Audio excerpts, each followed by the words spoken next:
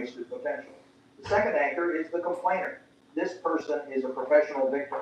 Every time you speak to them, they drain your energy by complaining about the economy, complaining about their boss, complaining about the government, complaining about how unfair the world is. They consume negativity and they exhale defeat. If you allow the complainer into your inner circle during your 6-month reset, their pessimistic worldview will slowly affect your mindset. You cannot build $1 billion holding company if you are constantly listening to someone tell you that the sky is falling. The third anchor is the most dangerous because it is usually someone who genuinely loves you. I call this anchor the safe path relative. This could be a parent, a sibling, or a spouse.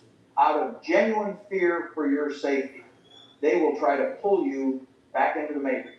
When you take a risk, or when you sacrifice your free time to build an asset, they will tell you to be realistic. They will tell you to just get a secure job, keep your head down, and wait for retirement. Their intentions are good, but their advice is absolutely lethal to your freedom. My brilliant partner, Charlie Munger, had a very specific, ruthless rule when it came to dealing with anchors. Charlie said, if you identify a toxic person in your life, you must cut them out immediately, and you must do it without a single apology. Now, this sounds incredibly harsh. Society tells you. Usually I have my assistant do this before you get here. I'm gonna have to. But let me ask you a question. How can you possibly help anyone else if you yourself are drowned? You cannot pull a drowning man out of the quicksand if you are standing right in the middle of it with him. You have to get to solid ground first. For the next 6 months, you are going to have to become deeply, unapologetically selfish. You have to protect your time, your energy, and your focus with the ferocity of a guard dog. You are going to have to stop answering certain text messages. You are going to have to decline wedding invitations. You are going to have to miss the holiday parties.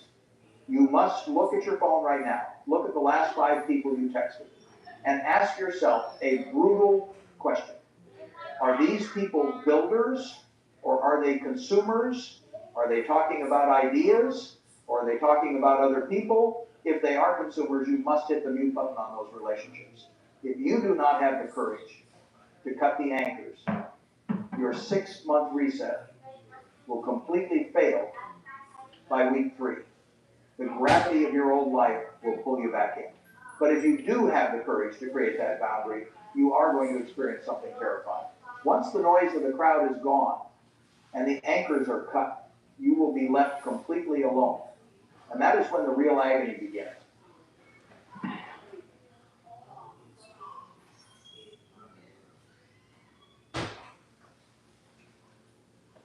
All right, you can grab Tasha. Most motivational speakers will tell you that the moment you decide to change your life, you will feel a massive surge of empowering energy. They tell you that you will sit down at your desk, filled with inspiration, and immediately start building your empire. But I am not a motivational speaker, and I am not here to lie to you. The truth about the 6-month reset is far more brutal. When you finally turn off your phone, close your door, and sever the ties with your toxic anchors, you are not going to feel inspired. You are going to feel pain. When the noise of the world abruptly stops, you are thrust into a psychological space that I call the void. The void is the deafening silence of the room. It is the exact moment you realize there are no more distractions, no more excuses, and no one else to blame. For the first 30 days, the void will feel like absolute agony. The hairstyle on both of them are biological reason. For the past decade, your brain has been conditioned to receive an artificial chemical hit of dopamine every 3 minutes. And this one don't have infinite social media feeds, checking the news cycle, and from the constant pinging of text messages, your brain has become addicted to this cheap, effortless stimulation. When you suddenly remove all of those triggers, your brain enters a state of literal chemical withdrawal. You will sit down at your desk with a financial report or a blank document for your business plan, and within 5 minutes, your hand will automatically twitch, reaching for your phone and your chest. Your chest will feel tight.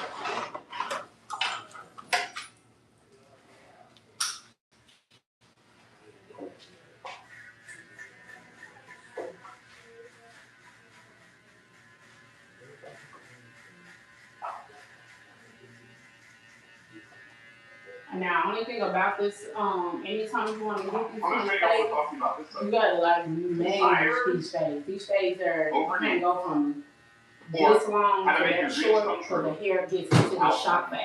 So that blend, the fade that you see when people have this like really seamless fade, it's because they get their hair prepared. That's a training thing. You have to train a phase. So when people just start getting into one phase, I have to teach them that. So you can't go from this even neck realize they're playing. to bald, because now it ain't like, well, what mine can't blend In an arena because it's that is like a especially when you matrix. get online and you It look is at a pictures, it's just But if because they you're get their hair playing in this arena, you are so guaranteed this is several a things. maintenance Five hairstyle. of which are, number Especially when one, you you're start doing guaranteed like lots of bald competition. fade, taper fades, You're type of guaranteed fading. lots of judgment. It's just People judge you. you just gotta You're say guaranteed if you lots want of your judgment. hair look You attempt to justify because people are judging you or very feel like they clean. are. Lots of political positioning So that's what I want. because, Mm-hmm. well, you want what you believe somebody else wants. And lots of money. Doesn't sound like a fun arena, does it? If you're operating in this arena, you are guaranteed intense competition for scarce resources. I wouldn't have picked That is the foundation. but I don't know you like that. I don't know. They operate. I be over here trying to think about my haircut. Intense competition for scarce resources. The arena that I'm speaking of is the arena of need. That's how you get people. When you operate from the arena What of kind of need, haircut would have you believe that there is a limited I don't amount think, of but something. I stopped doing that. I've been cutting hair for 20 As much of that years. something I as you stopped want, thinking for clients like about 15 years ago. you have to take it from somebody else. 90% of the And since you time, have to take it from somebody I else, mean, you just think opposite. you believe You know, I don't that know your you lifestyle. need You to got a whole, justify you why know you that. should have it. And Instead of them. I just think that's a man's job. Yeah. Know what you want. Yeah. That's the simplest thing to do. This When arena, when a man knows I'm what sorry, he the wants, arena that I'm speaking of is and arena start of with his need. There is image, a totally then every different other arena. aspect of his Yeah. life, he start organizing. And Like, you know what you want. I stopped it. And then when I That started is doing way it, more conducive. my Way more conducive. reviews started going from And what do you think about that?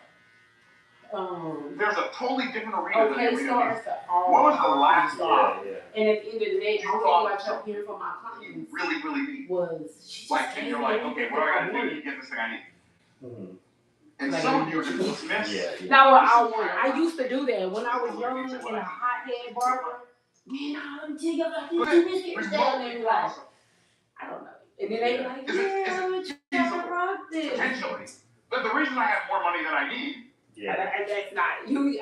I just thought of what was in style right now, and I tried to give it to you, but that's not your look. I don't know your profession. I mean, even if I did, and because you can have a good profession, but I don't know. It's just the best thing to do when you get. The If last you do time your own I thought, homework, well, I your really own need studies, your own, and then now you got the barber to do. Like, Now people are execute the outline. Yeah. I can Execute that for you. And so I did, but I'm so even like with fashion and everything, like I'm clueless when it comes to that stuff. So like I am can do not my research. living a Like life for this, like I'm a focused security on getting officer things, focused on getting things I and need. then The things I also need, a manager.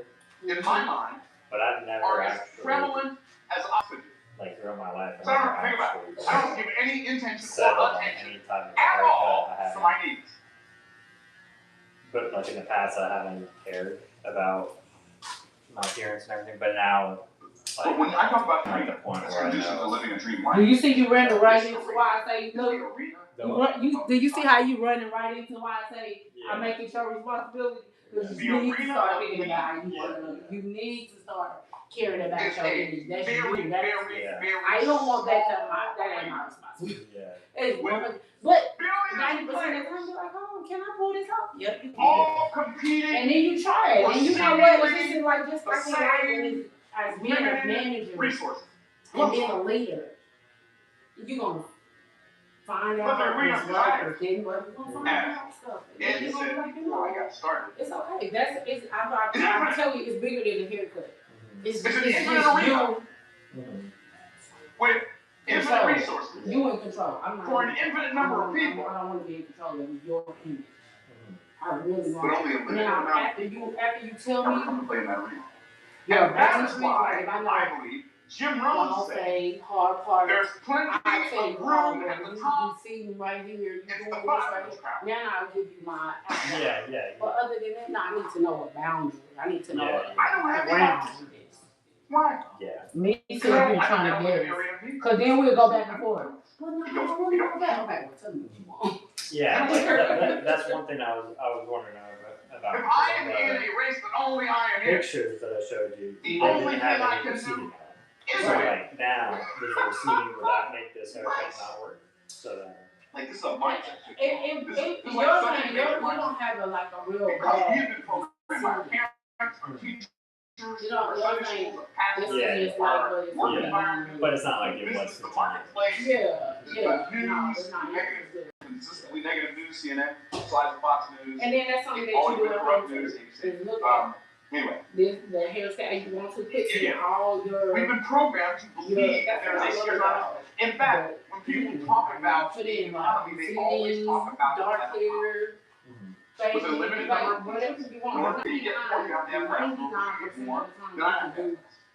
As long as But what you don't understand you can do is whatever there are you a set few yourself out to do. million people in the world Go through. who live in this arena. Either growing it out. Billions live in the needs arena. Yeah, Billions. because Just a handful I of was billions live. researching how And to by the way, here's what's cool about regrow hair. the arena of design. Apparently nowadays, it's actually pretty easy There'd still be more than to enough get for hair everybody. back More on than the enough. bed Still be more than enough.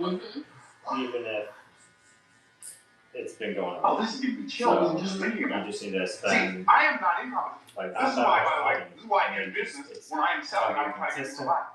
somebody. I'm here. There are just Because different I'm types of operating from chemical principle of money. What's that principle called? It's called the law of averages.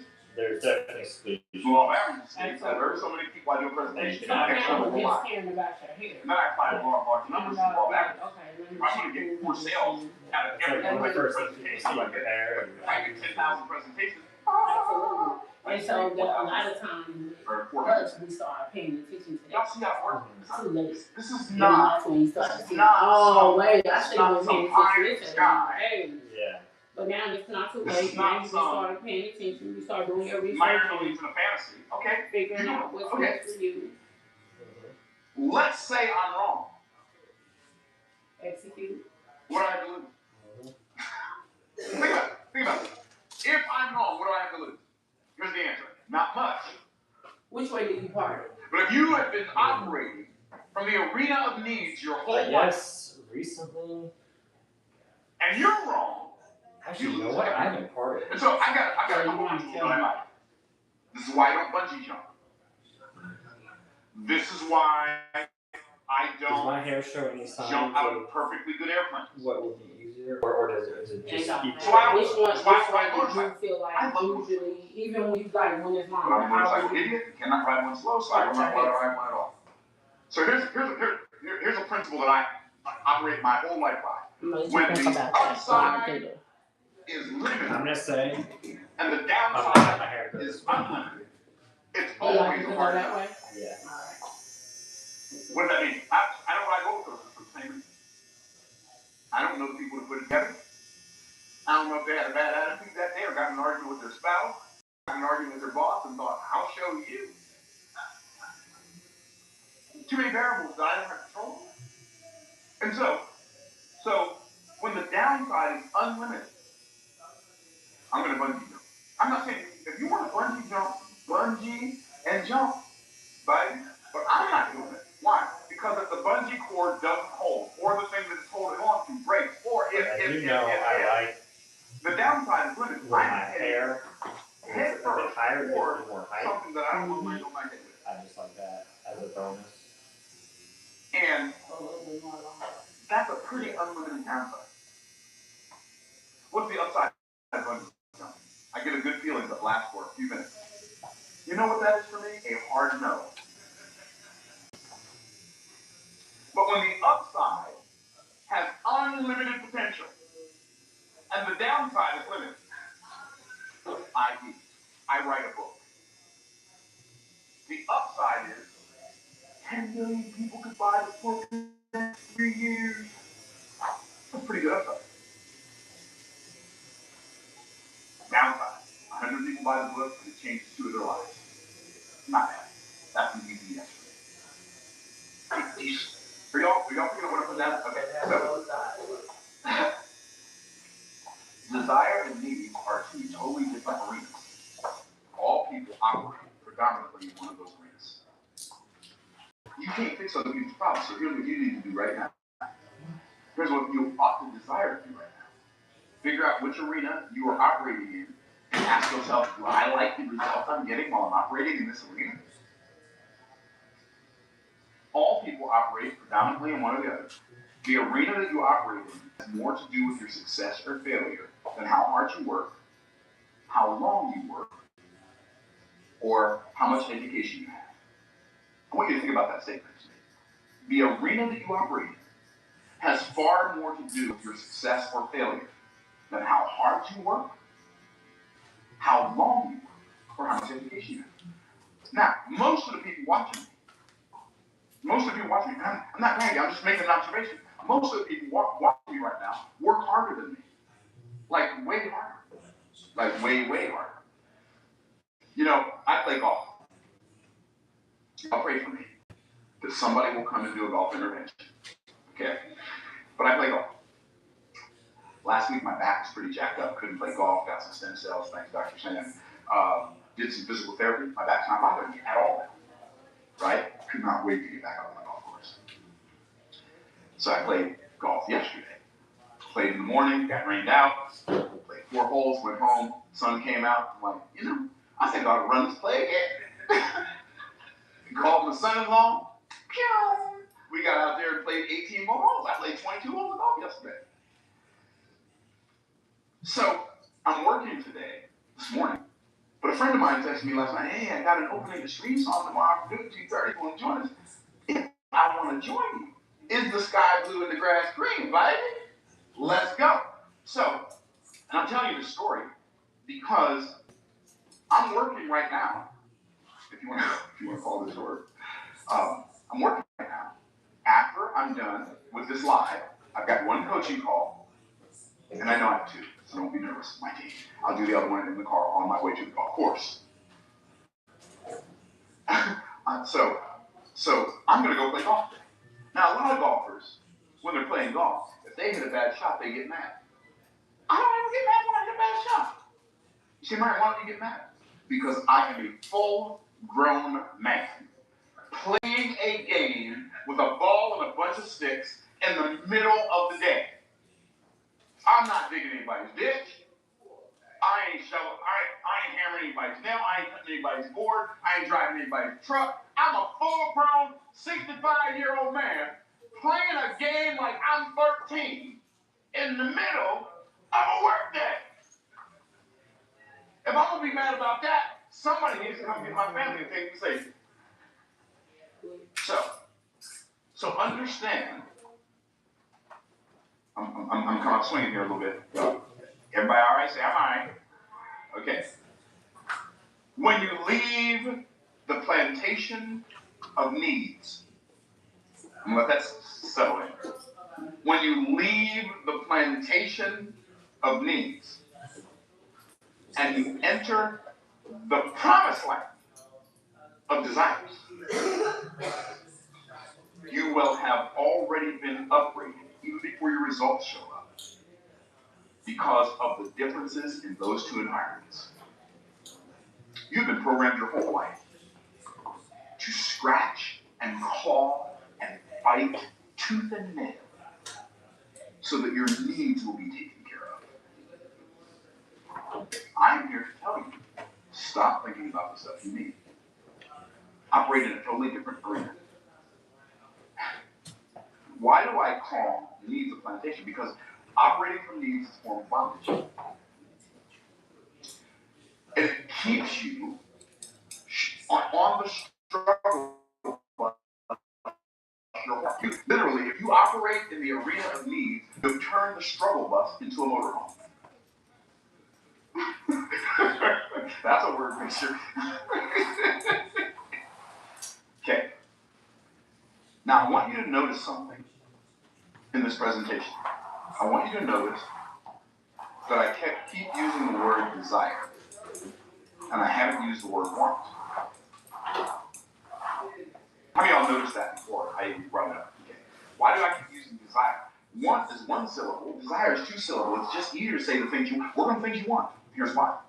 Want is a double entendre. It has two meanings. It means, want means desire, but it also means lack. My subconscious mind does not have access to a dictionary. But that one's saying. So how does it know which one I'm talking about? I remember when I was a little kid, when I first learned the 23rd Psalm, it did not make sense to me. This doesn't make sense because I already knew one of the definitions of the word want meant to desire. So when it said, the Lord is my shepherd, I shall not want, I thought, if the Lord is my shepherd, why am I wanting? That's what I thought it meant. The Lord is my shepherd, I shall not want. I thought it meant, I shall not want the Lord, who's my shepherd. But it means, the Lord is my shepherd, I shall not lack. But see, the word desire doesn't have two meanings. It doesn't mean desire and lack. It just means desire. I'm going to write it on the board. So, the word desire has a singular definition. And that definition, de, Latin root de, which means of or from. This is so good. Sire, desire. Father.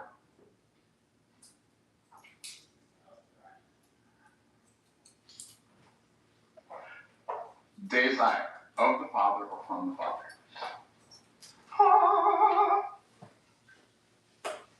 Which reminds you of what? Psalm 37:4. Delight thyself also in the Lord. He will give you the desires of your heart. Which most people think it means he'll give you what your heart desires. I believe it eventually means that, but initially it means he'll give you what to desire. And when he gives you what to desire, then he gives you what you desire because you desire what he desires you to desire. Why? Because you got your desire from the Father. This is so true. Like, common people think I'm crazy. They're not completely wrong. But they think I'm crazy because I only allow myself to focus on what I only allow myself to focus on. And I don't get sidetracked by somebody else's agenda. Nobody else's agenda except for the Father is in the arena of my desires. Oh, I love being free. I love being free from judgment, from competition. Like, I'm not trying to beat you. I'm not trying to beat you. Now, on the golf course, we have pretend competition. But even when I get beat, when Paul beats me, I don't care. When John beats me, I don't care. I act like it. So they can feel better about beating me. And when I beat them, I act like I care. Even though I don't care. So they can feel worse about me beating them. Okay. So, but I like operating from an arena with no competition. So, here's what happens when you move from the arena of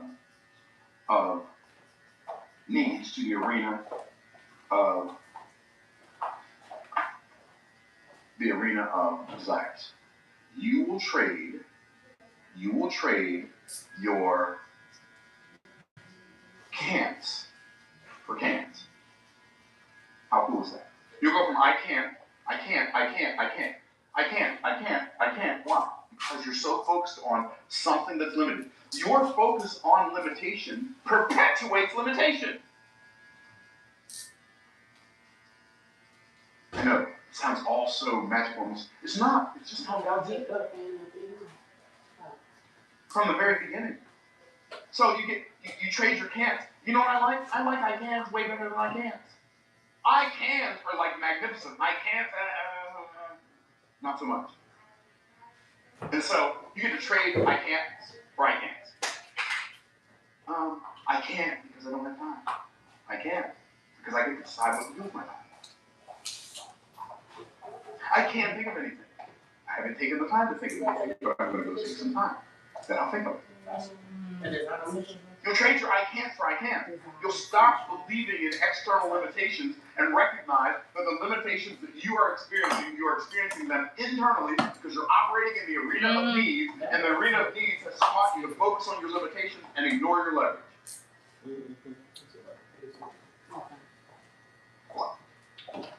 Sometimes, like for a long time in my entrepreneurial career, before stuff started showing up, money.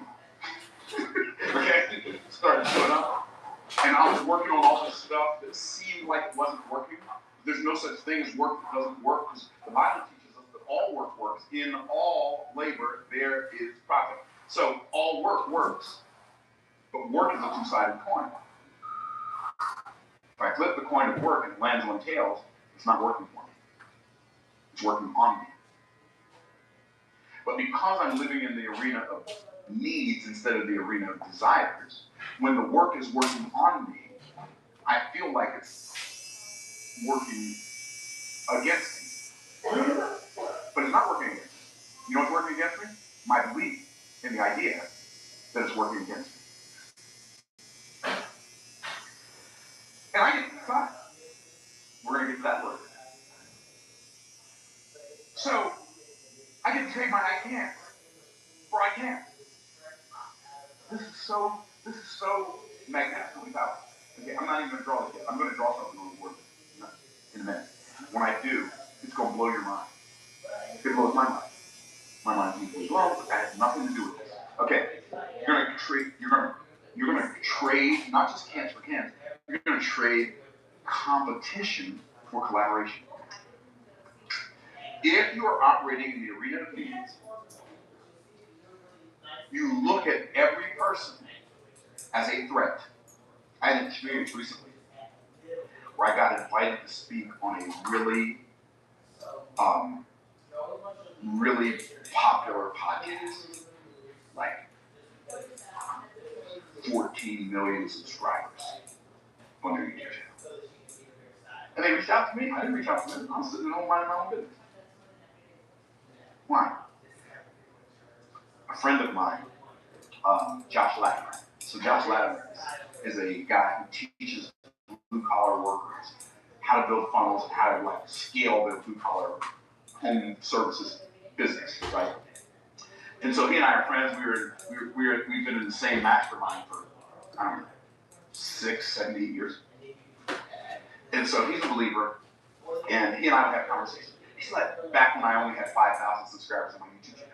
Dude, your content is so good. I can't believe it. The whole world needs to know about you. Are you frustrated? I'm so mad right now. I'm like, it's okay, John. Like, what do you mean it's okay? It's the best stuff I've ever heard in my life. It's okay. People will find out when they find out. I'm not a million subscribers, I'm still 7 million subscribers. He used to be so frustrated when I say that. What do you mean, bro? I'm like, what I mean is everything is beautiful in his time. If I start making my time, my calendar, my schedule, the priority, all I'm going to do is frustrate myself. I might as well enjoy the ride. Not still focusing on so, when I see somebody else does something instead of listening to stress, I see that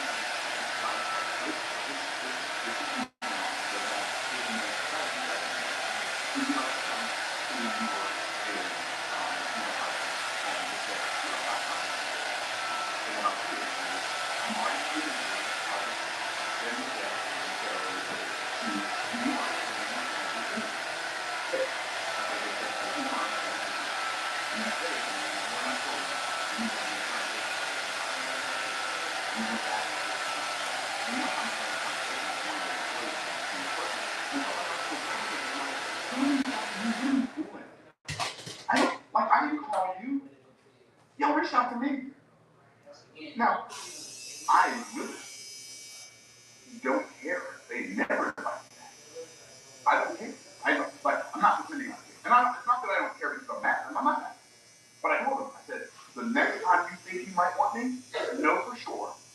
Because we'll reimburse you $1,500 for your expense. $1,500 will cover the tip for the flight crew.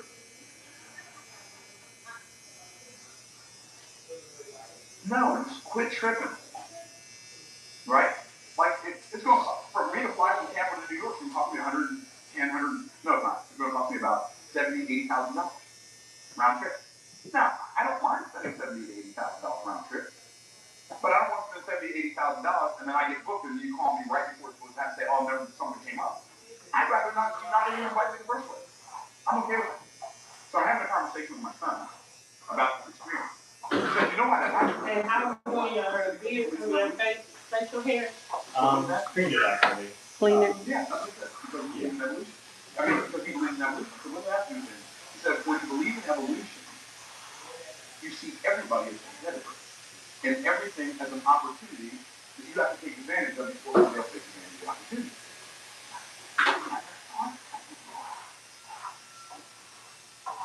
Which reminds me why. Like, I never use it. Like, when I talk about something getting better, I never say, well, it evolved into this. It evolved. It's developing. Evolution implies progress without resistance or energy.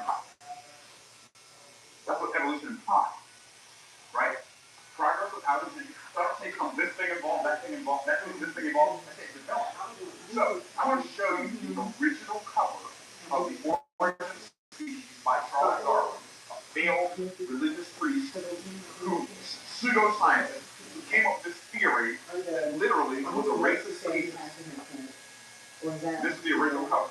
On the origin of species by means of natural selection or the preservation of favored races in the struggle for life. Wow, that's the original cover.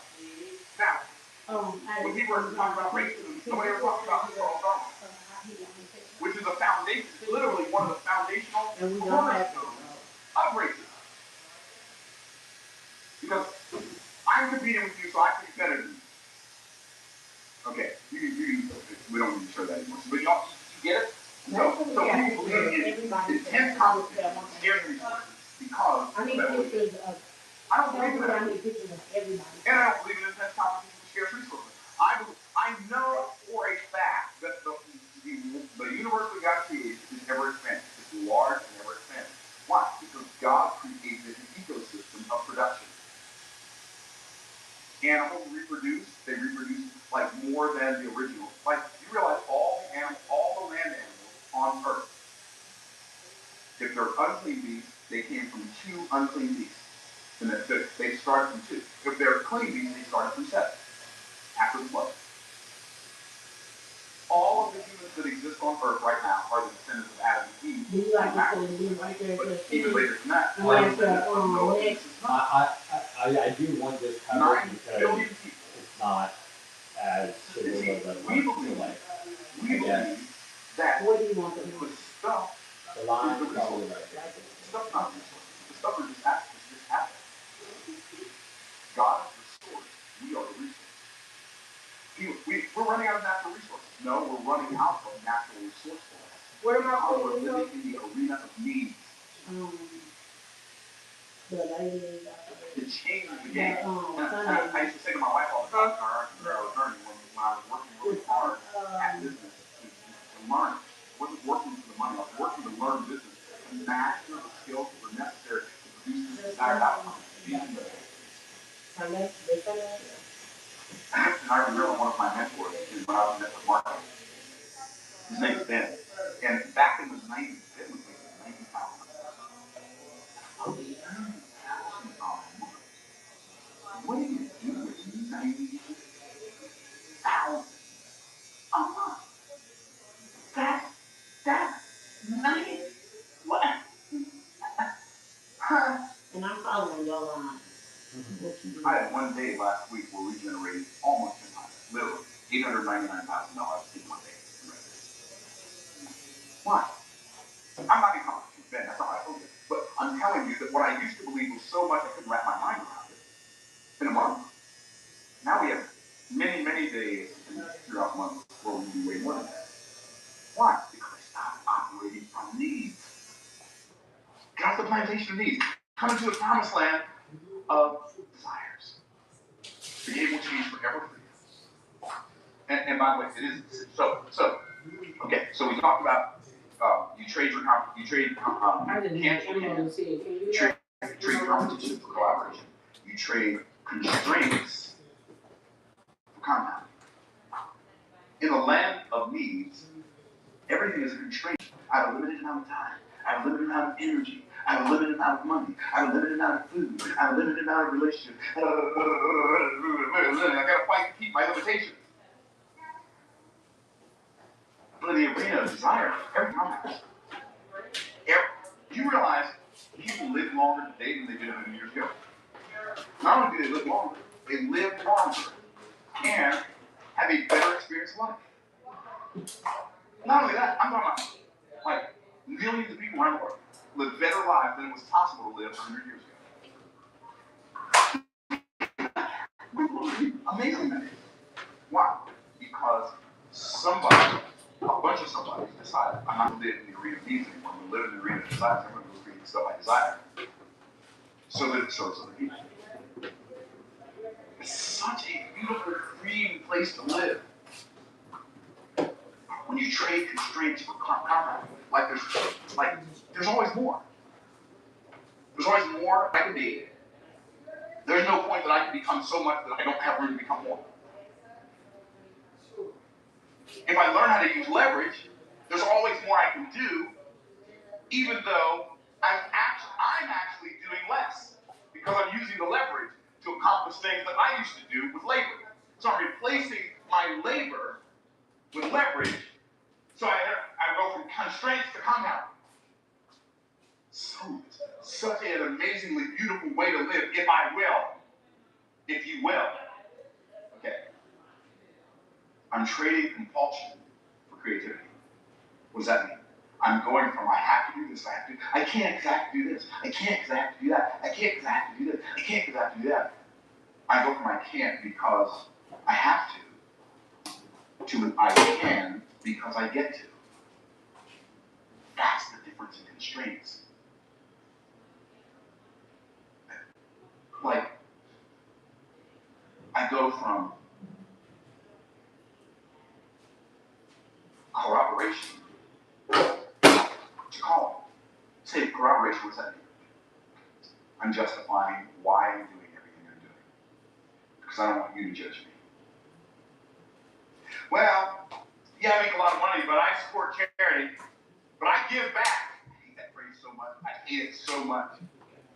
Somebody commented on one of my videos last week. Yeah, Mary, that's great for making money, but I care more about a mission-driven business. But see, your inference, the problem is not that the businesses that I have don't have any mission. The problem is you believe that mission can only be served based on somebody else's limitation that you fulfill, because you fulfilling what you believe is their limitation fills your satisfaction to corroborate. You need to justify the work that you do so other people won't judge you. So what you're really doing is you're making that the reason so that you can escape judgment. But wait, there's more. But before there's more, I gotta take the top jacket off. So I don't have to justify money that I make. So, why do you need to make so much money? Oh, I don't need to make so much money. I just desire to do it. I don't do it because I need it. I don't make the money because I need the money. I don't, in the words of Jim Rohn, I don't need the money. I'll take the money, but I don't need the money. Right? I don't need the money, but I like the money. Why? It's a good way of just kind of seeing where I am in the game that I'm playing that has no competition. I don't need to have more money than you. I just need to have more money than me. How do you have more money than you? Well, I have a certain amount today, but tomorrow it will be more. Why? Because I can. That seems mighty greedy and mighty tough. Good. I'm going to let you keep operating in the arena of needs. And you, by the way, you can judge me all you want. I don't even mind. Because you get what you desire and I get what I desire. You desire to justify staying where you are, and I get to continue to live where I am and without any need for justification whatsoever. I don't need to justify anything. I don't give back. Ever. I don't ever give back. Why? Because charities that I give to, I didn't get anything from. I mean, when I give, I'm just giving. No, I'm talking about. I don't need to call it giving back so you feel good about the money I make. I don't care if you feel good about the money I make. You feel bad about it. You can think I'm a horrible human being. I don't. I don't have time to care. And why? If you think about how much energy people waste on clawing and competing and striving and proving and justifying, what are we doing? Pontificating and politicking. So that people think that we're better than we think we are. Nope, don't have time to care. What if you just operated from desire? From the Father of the Father. That would change the game. Now, there's no justification necessary. There's no Myra, but you make more money than you need, and you already have more money than you need. When does it stop? When I'm dead. It doesn't even stop then. Because we've got systems that perpetuate after I'm gone. Why? Because a good man leaves an inheritance to his children's children. So, stop justifying yourself. Think about it. Somebody said, how long do you want to live? What would your answer be? As long as I can.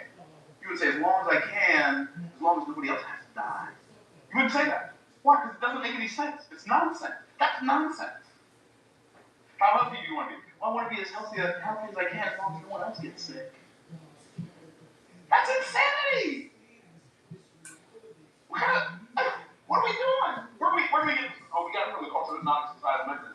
Predominantly, we got it from the miseducation or misdirectional system, aka the government indoctrination camps, child prisons, schools, whatever you want to call them. Because the reality is, we were competing with other children for grades in subjects where you had to memorize things we'll never use at the expense of not learning things that we'd have to use for the rest of our lives. So, literally, we were trained to be distracted in the arena of needs. Okay. So, when it comes to needs versus desires, here's some things we need to do. Ignore your needs and focus on your desires. Just ignore your needs. Just stop thinking about it. If you focus on your desires, if you pick some desires, some things you desire to have, some things you desire to do, some things you desire to be, you just focus on that and ignore your desires, your life will start getting better exponentially immediately. Not high. It will. It'll start getting better. You'll just start feeling better. Okay, cool. You get that. Okay. Instead of the needs and scarcity, in the arena of needs, scarcity is the constraint. But in the arena of desires, infinite abundance is the constraint, which means there is no constraint. Okay, here's what I'm going to do. I'm going to do something. What I'm doing, I want you to ask me what I'm doing. Then I'm going to tell you what I'm doing, then I want you to ask me why. Everybody got it? I'm going to do something. Say, Myron, what are you doing? I'm going to tell you what I'm doing. And then when I tell you what I'm doing, ask me why. Everybody ready? I'm holding my breath. I don't want to breathe too much air. There might not be enough left over for everybody else. I sound like a crazy person. But people say that about making money all the time. I don't want to make too much money because there might not be enough left over for everybody else. That's literally just as insane as holding your breath thinking it's going to give somebody else more air. Okay, cool. Infinite abundance is a constraint, which means there's no constraint. That means in the arena of desire, there's no constraint, but there is a catalyst. What's the catalyst? The catalyst in the arena of desire is belief. Belief is the thing that activates, it's the active ingredient in desire. Belief in your ability to achieve. Belief in your ability, belief in your, belief in the built-in righteousness, for lack of a better word. We got you. To have the desire. Like, I desire to be more, to do more, and to have more. It's not really okay. It's not okay. It's not just okay. It's actually a beautiful thing. Here's by the way, my wife asked me this question. I started teaching stuff like this. Right, what's the difference between that and covetousness? Covetousness is a desire to have without the willingness to do the right thing in order to have the thing that we desire. That's covetousness. If I'm willing to do the right thing in order to have the thing I desire, there's no covetousness involved. It's only personal development. Okay. The Catholic belief. If you can discipline yourself to believe in your desires and get those two forces pulling in the same direction, you win. So, the question then becomes, in order to activate desire by using the catalyst of belief, here are three things you must do. Ready? Number one, you must intend to believe. You set an intention. I'm going to believe this. You just, by the way, and if you say, what's an intention? It's an objective that I see in the future. I intend to believe this. This is what I intend to believe from now on. Like, from now on, I'm going to believe this. You just intend it. Then you decide. Okay? You decide to believe it. Now, deciding and intending are not the same thing. Intending is when I'm inclined in that direction because I'm deciding to lean towards it, move towards it. But deciding comes from Latin de, which means of, or, from.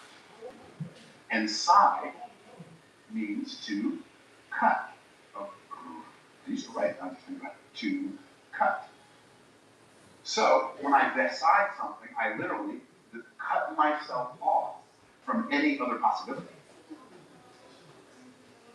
Here's what decide. Decide. By the way, you know another word that means to cut? What's another word that means to cut? A Bible word that means to cut? The word covenant means to cut. Yeah, a covenant is a cut. Okay, I'm not based on thank you.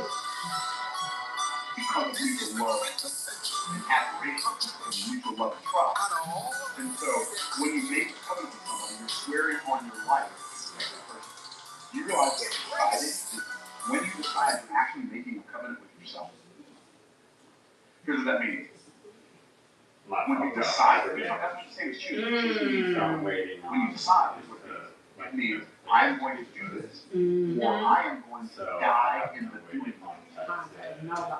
That's probably why we was calling you. Oh, you were? Yeah, we was calling you to tell you to come in earlier. Oh, really? Yeah. I actually almost did come in like 30 minutes. I wish you would have. So, Because usually, that's the thing, especially if you want to do that consultation with me, Yeah. I at least need 30 minutes, because I don't want to rush on the actual cut or the actual service. Understood. So, yeah, I would have said definitely come in in. other words, I cut myself off from any other possibility. We was trying to contact you. If somebody comes and talks me out of believing, Yeah, like I'm not going to never decide. I had to go to Uber.com. Oh my I God. said this to my nephew. And then I had to What do you mean, Uncle Larry? You can't just decide to walk down, and then once I walked out, Where did you police then get I was... Is this your Uber? There wasn't one in your life. No, that was my mom. Oh, that's your mom. Yeah. I told her, Most people never constantly decide. yeah, around 12. They've only subconsciously And then, decided to and then I just hope that, just like back in the day, somebody else is going to when there's smartphones, you just have to hope that everybody does what the plan was. Boy. And we be saying it's hard to do stuff now. Yeah. This, like he said here saying now, like it's the easiest time to do whatever we really want to do. But there's just so, like, we have too much information. Forget to just pay attention to the few things we need to. And we're trying to pay attention to too much at once. And then we end up Doing nothing. Yeah. And then making it, doing these little small things too hard. And it's really not hard, we just making it hard. You just We really are making it hard. I believe. All right, tell me you look short enough so far. I missed out. Okay, so that requires my glasses. which means like I do have those. Let me I find. think of discipline as doing what I'm supposed to do, the way I'm supposed to Girl, do you it, been cutting when my I'm hair supposed to long. do it, and doing it that way. Which means I haven't stopped I yet. act. Okay. Well, I mean, it looks fantastic. I overcome my temptation to doubt the thing I've decided to believe. Why would I even be tempted to doubt the things I've decided? Yeah, that's Because pretty what I good. see. Because faith is created in the ears, doubt is created in the eyes. So I see a circle, circumference, standing still. You see your hair just really grows good without it being styled. Yeah. And that's also one of the goals that I wanted was because I have so much more to say about that. I want the flexibility of not having to do anything. So walk out. Yeah. So even it's the summertime, so in case you like at the pool or something, you ain't just looking like, oh my hair to get out the pool. You know, like, you don't want to look like that either. Because when you catch yourself being tempted not to believe, you have to actively work against that. The only Maybe saying thing it out is loud. see, Oh, thank you for sharing. it's dark right here, so I I'm think going to do this instead. Go right Why? there. Because I decided. Right there. We must abandon our belief in evolution. This part that's not part of We must even abandon our use of the word of evolution like a dry pack. as a way of explaining Like pathways the I was telling you about.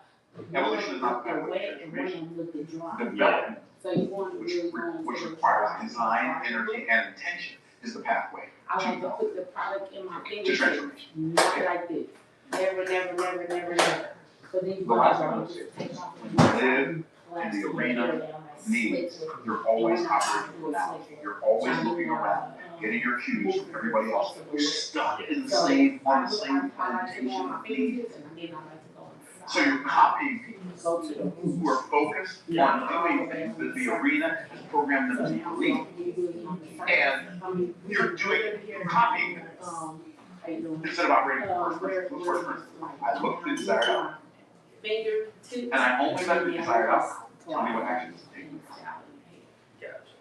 When I find myself being tempted to be distracted by the false doctrine of wind or the false doubt of waves, I discipline myself to believe what my ears have heard, to listen to the voice that called me out of the boat in the middle of the storm, and have given that voice has given me the ability to walk on the very circumstances that threaten to destroy my life. Y'all know I'm talking about the story of Peter, right? Walking on water. Peter said something I've never said. Lord, is this really you called me out there with you? I'm too skeptical to say stuff like that. Because I was like, well, what if they do? And he called me out there anyway. That's what I'd have thought. But Peter, he wasn't thinking about all that. He said, call me out there with you. The Lord said, well, come on. Peter gets out of the boat. The other said, come on, Peter, come on, Peter. And he's walking towards the Lord, listening to his voice, and all of a sudden, it says, when Peter saw the wind. The dry part that you have? The dry paste, Didn't say Peter heard the wind. It said when Peter saw it, boisterous. He was afraid. Can you go see? Okay. It's called hair stacking. Hold on. Too much time looking at the wind. You say, Myron, what are you saying? I'm saying this. I'm inviting all of you out there on the YouTube side, all of you in this room, I'm inviting you to come into this arena of desire. Where you don't have to justify. No, we don't. Can you take a picture of it and send it? The people who don't care, they just want to judge you so they can justify we gonna still send it to you? Just don't Yeah. get one never get your phone. Yeah. You don't have to justify anymore. You don't have to eat anymore. You don't have to complain anymore. You don't have to see all the limitations that exist in your world. You just ignore it. You say, but how do you do that? Do the same thing with the limitations that you've been doing with the abundance. Just ignore it. Because they've both always been there all the time. Now, I told you I got started. I told you. It's going to be challenging. In fact, your subconscious mind, for some of you, is already fighting against you. Oh, that can't be true. Nope, it can't be for you. But you know what? Even if it's not true for me, I'm going to keep pretending it is. Because if I'm only pretending, it's working out pretty good. What are you saying, Myron? I'm saying this. Okay. Operate as a real inside.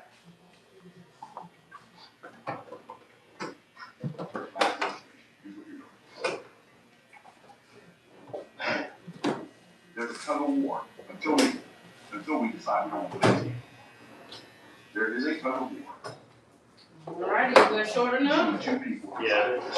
Like, kind of like two. Now, I would recommend you not, okay? Between two people This inside is of us. like at least every 4 weeks for the haircut, right? And that tug of war is between E Yeah, so and D. No, we don't need you. By the way, Alright, and we are done, young man. thank you so much. always. Thank you so much. There's never a time where he has never lost a dream. So I'm not saying he, but I'm not saying he is. He is tired. This like he always I'm like what I'm saying. Yeah. Because he always went, I don't know who he is, but he always went, why should I even try? Because you can't make E lose, but here's what you can do. You can recruit E. I don't think I can do this. I'm going to do my best. You can recruit E. So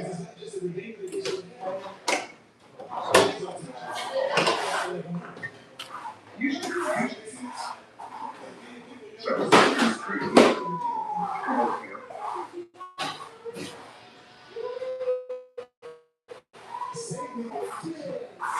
You can recruit E. Come over here. And pull in the same direction with you. So who's E? Expectation. So all of us, our perpetual job is to recruit our expectation to pull in the same direction as our desire. And then, not only does E always, but desire always.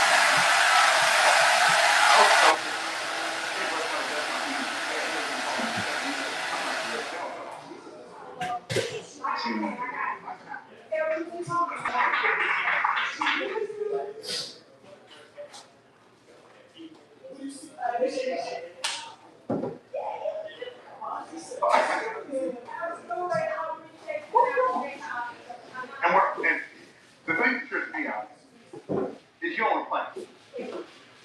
The way Puerto Rican council, you're up there, you go 5 to 6 miles an hour. And everybody, you and everybody around you looking like y'all like this makes sense.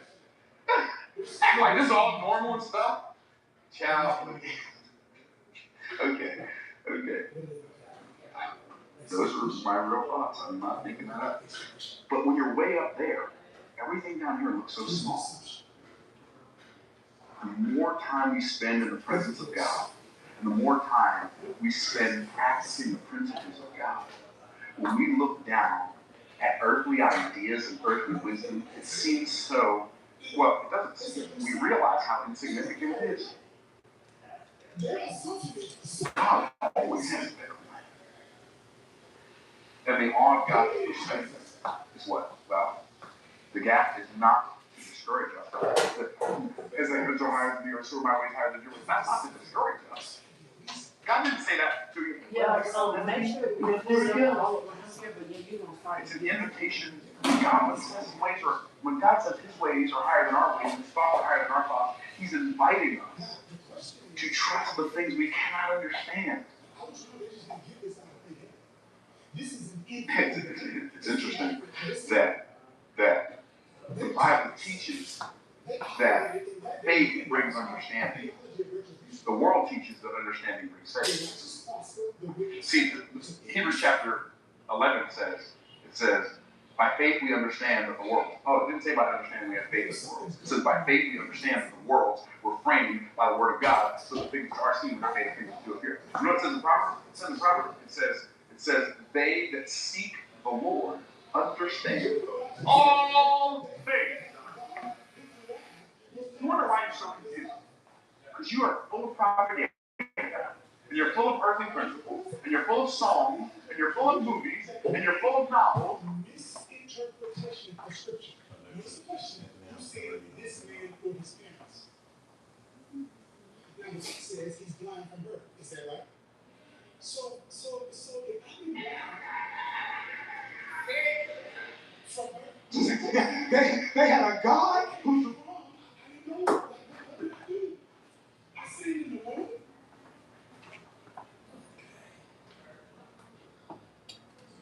because bad theology will have you making absurd assumptions. And sometimes you don't know the absurdity of your assumptions.